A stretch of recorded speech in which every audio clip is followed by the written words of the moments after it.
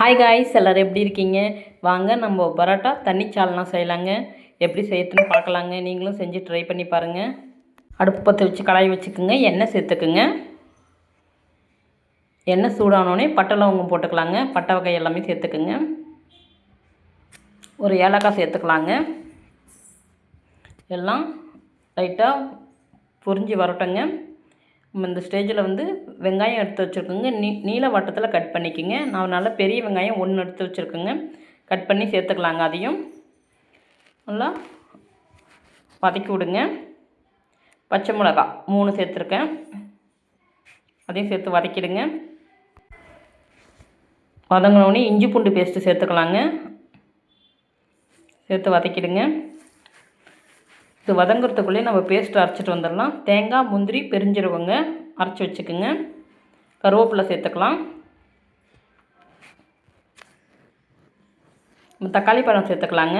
அதுவும் நீல வட்டத்தில் கட் பண்ணிக்கோங்க. எல்லாத்தையும் சேர்த்து மிக்ஸ் பண்ணிவிடுங்க.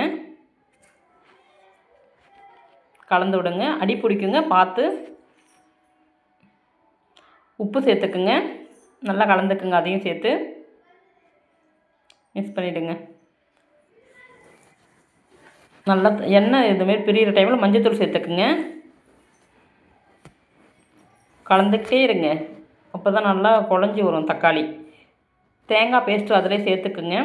தக்காளி நல்லா குழஞ்சி வந்தோடனே தேங்காய் பேஸ்ட்டு இப்போ அரைச்சோம் இல்லைங்களா, அதையும் சேர்த்து மிக்ஸ் பண்ணிவிடுங்க. தேங்காய் வாடை கொஞ்சம் ஒரு பச்சை வாசனை போகிற வர ஒரு 5 நிமிஷம் நல்லா கிண்டி விடுங்க. காரமிளகாய் தூள் சேர்த்துக்குங்க. கரம் மசாலா, சிக்கன் மசாலாங்க 3த்தையும் மிக்ஸ் பண்ணிவிடுங்க. அதோட நல்லா சேர்த்துக்குங்க. உங்கள்கிட்ட காஷ்மீர் மிளகாத்தூள் இருந்தால் சேர்த்துங்க. நல்லா கலராக இருக்குங்க. நல்லாயிருக்கும் பார்க்க, காரம் இருக்காது. நல்லா கலந்துக்குங்க. அந்த தண்ணியிலே இப்போ தேங்காய் அரைச்சோம் இல்லைங்களா, அந்த தண்ணி எக்ஸ்ட்ரா இருந்தது அதை சேர்த்துக்கிட்டேன். நான் கொஞ்சம் தண்ணியாக தேவைன்றதுனால தண்ணி சால்னானா கொஞ்சம் தண்ணியாக தாங்க இருக்கணும். தண்ணி கொஞ்சம் ஊற்றிக்குங்க. நான் ஒரு 3 கப்பு ஊற்றிருக்கேன். நல்லா கொதி வரட்டுங்க.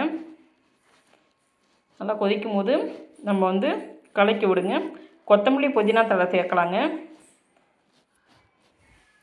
நல்லா சேர்த்துக்குங்க. அதையும் சேர்த்து நல்லா கொதிக்க விடுங்க.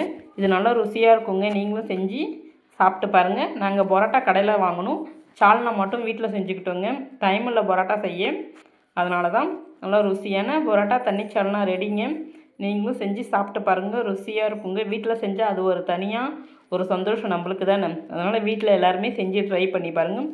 சூப்பராக இருக்குங்க.